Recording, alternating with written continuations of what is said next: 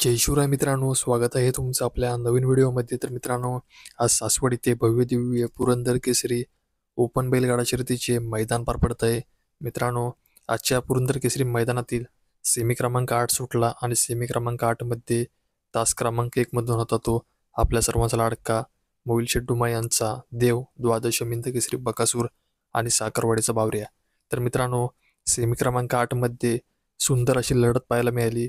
पण मित्रांनो, या सेमी क्रमांक 8 मध्ये आपल्या सर्वांच्या लाडक्या देव, द्वादश मिंद केसरी बकासूरची आणि साखरवाडीच्या बावऱ्याची हार झाली आहे. तर मित्रांनो, सेमी क्रमांक 8 मध्ये मुरुमकरांचा वीर आणि सासवडकरांचा सर्किट या गाडीचा विजय झाला आहे.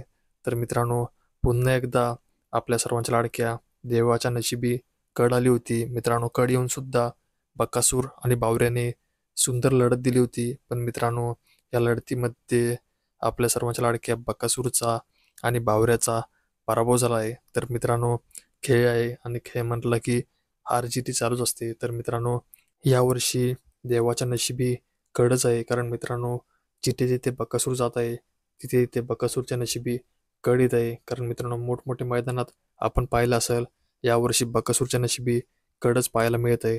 तर मित्रांनो, काही करू शकत नाही. कारण मित्रांनो, नशिबापुढे आपण जाऊ शकत नाही. कारण मित्रांनो, चिठ्ठीच कडीने लागत आहे.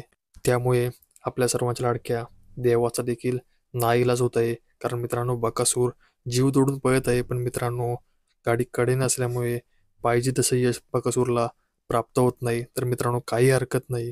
कारण आपल्या सर्वांचा लाडका देव, द्वादश मिंद केसरी बकासूर कमबॅकसाठी ओळखला जातो. आणि मित्रांनो, लवकरच नवीन वर्ष देखील चालू होणार आहे. त्यामुळे नक्कीच बकासूरचं नवीन वर्ष खूप सुंदर जाईल, अशीच आपण ईश्वरचरणी प्रार्थना करूया.